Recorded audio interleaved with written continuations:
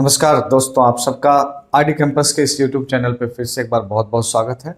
और जैसा कि हमने यूरोपियों के आगमन के साथ मॉडर्न हिस्ट्री की क्लास स्टार्ट की थी, तो आधुनिक भारत में अंग्रेज किस तरह से आए, आज हम उस कड़ी में आगे बढ़ते हुए बढ़ेंगे। सबसे पहले आपने पुर्तगालियों को देखा, डच को देखा, अब अंग्रेज कैसे आए भारत में, उसको आज हम लोग समझने का प्रयास करेंगे।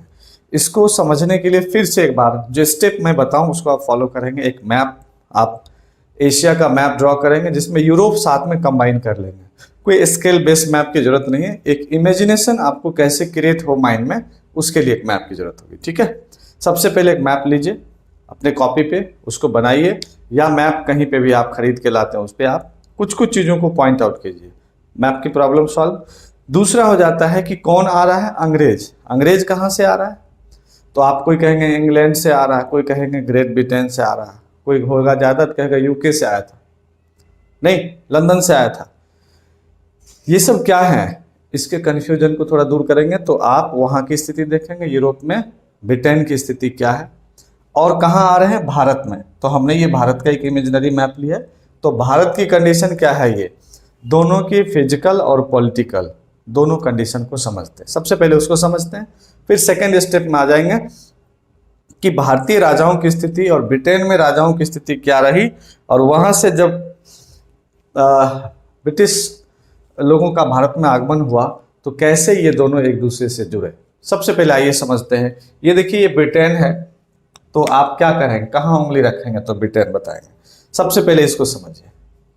ये देख रहे हैं ENG, ये इंग्लैंड है, लेकिन इंग्लैंड कितना दूर, एक बाउंड्री यहाँ लग गया, एक बाउंड्री इतना दूर यहाँ लग गया, यानी इतने ही दूर का हिस्सा क्या है ये। अगर हम इसमें पूरा डॉट डॉट डाल दें रेड कलर से, तो ये क्या हो गया आपका इंग्लैंड। ऊपर SCT है, स्कॉटलैंड, ये पूरा एरिया क्या हो जाएगा, स्कॉटलैंड।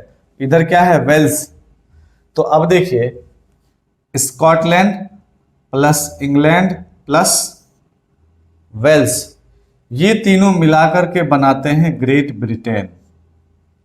इसके कॉन्सेप्ट को ध्यान रखिए। और अगर इसको भी लाके इसमें प्लस कर देंगे, कौन, नॉर्दर्न आयरलैंड को, इतना ही दूर है ये, यहाँ पे भी इंटरनल बाउंड्री है, इसको भी इसमें ला देंगे, तब ये क्या हो जाएगा, plus Northern Ireland is equal to United Kingdom. तो United Kingdom, Great Britain, England, Scotland, Wales सब देख रहे हैं ना। तो आप इसको पहले समझिए। इतना समझने के बाद आइए इंग्लैंड की स्थिति समझ गए। तो इंग्लैंड में ध्यान देना कि एक राजशाही व्यवस्था चल रही थी, और खास करके देखेंगे तो इंग्लैंड की और स्कॉटलैंड के बीच की जो युद्ध की स्थिति है, एक लंबा इतिहास उसका भी है। किस तरह से गौरवपूर्ण क्रांति हुई इंग्लैंड में, कैसे वहाँ का सत्ता परिवर्तन हुआ, और आज डेमोक्रेटिक सिस्टम में इंग्लैंड राजशाही व्यवस्था को बनाए हुए एक डेमोक्रेटिक कंट्री है, कैसे है सॉरी, वहाँ तक आएंगे। आइए इंग्लैंड की कंडीशन देख लिए। वहाँ महारानी कौन है, एलिजाबेथ, अभी फिलहाल महारानी एलिजाबेथ हैं।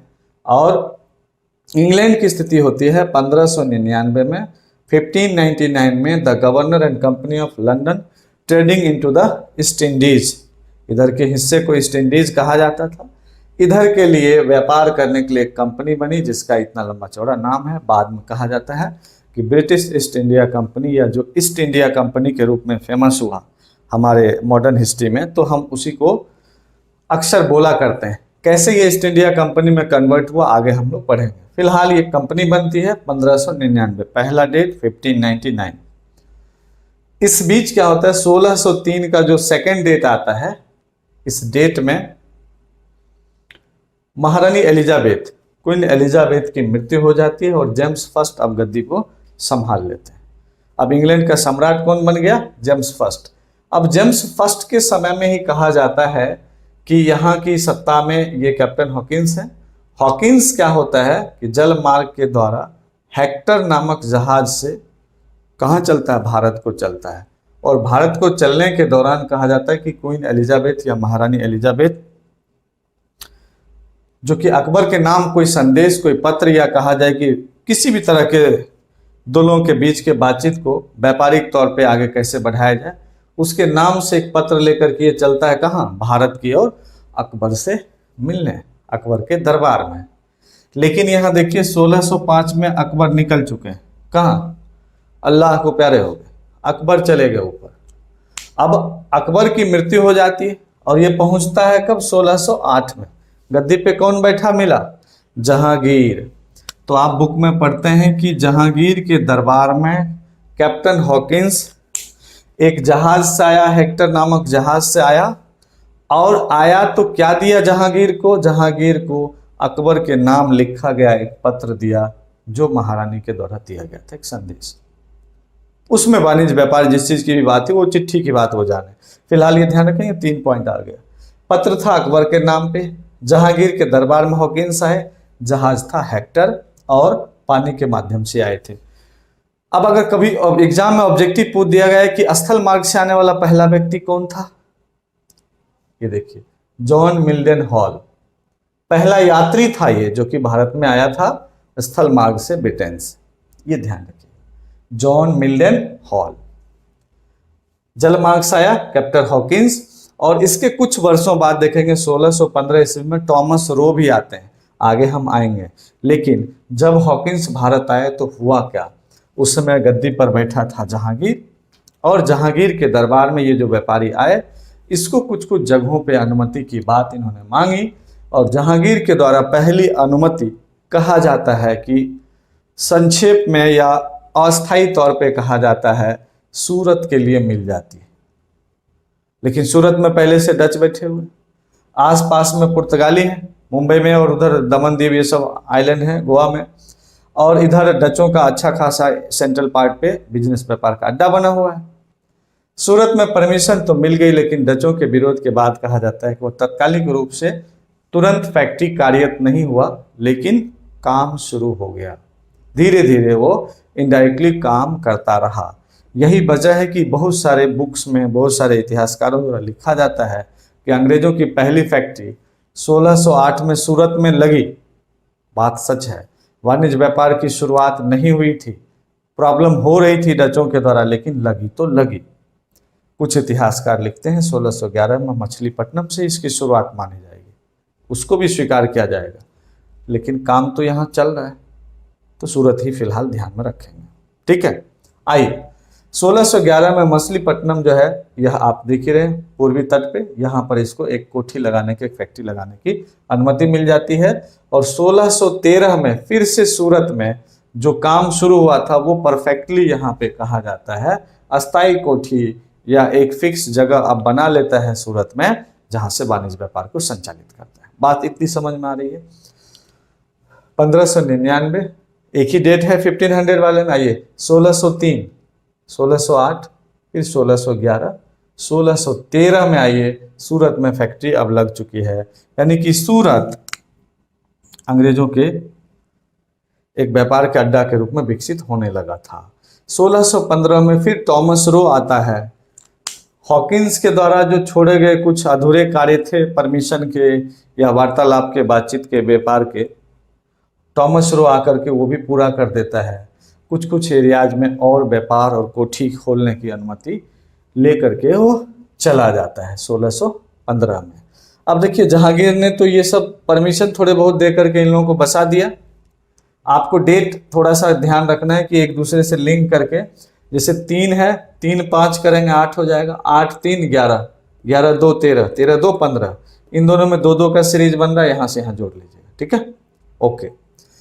अब इधर की कहानी हो गई। अब यहाँ देखो क्या होता है, इंडिया की कंडीशन क्या बनती है।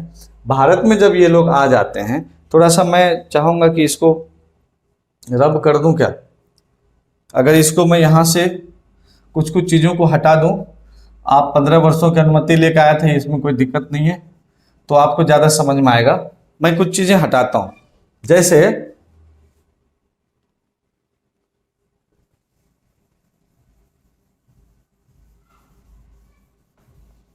जैसे हुआ क्या, समझने के लिए क्या करेंगे, जो यहाँ जिग जैग लग रहा है ना, बस उसी को आपको समझाने की कोशिश करूंगा।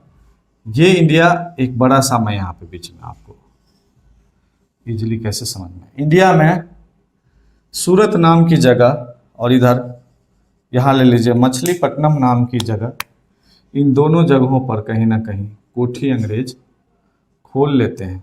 मैं मछलीपट्टनम लिख दे रहा हूँ,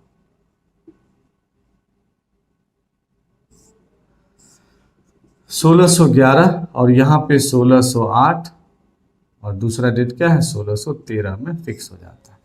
यहाँ तक आए, दोनों जगह लग गया। अब मामला हो जाता है कि ये दोनों होने के बाद अब आगे क्या होगा। तो जहांगीर ने जिन जिन को परमिशन दिया वो कर लिया। आपको पता है कि यहाँ पे मद्रास है, जो अभी चेन्नई, मद्रास में भी एक फैक्ट्री, इसको कोठी लगाने की अनुमति मिल जाती है। और यहाँ पर पहला एक किला बनाते हैं, फोर्ट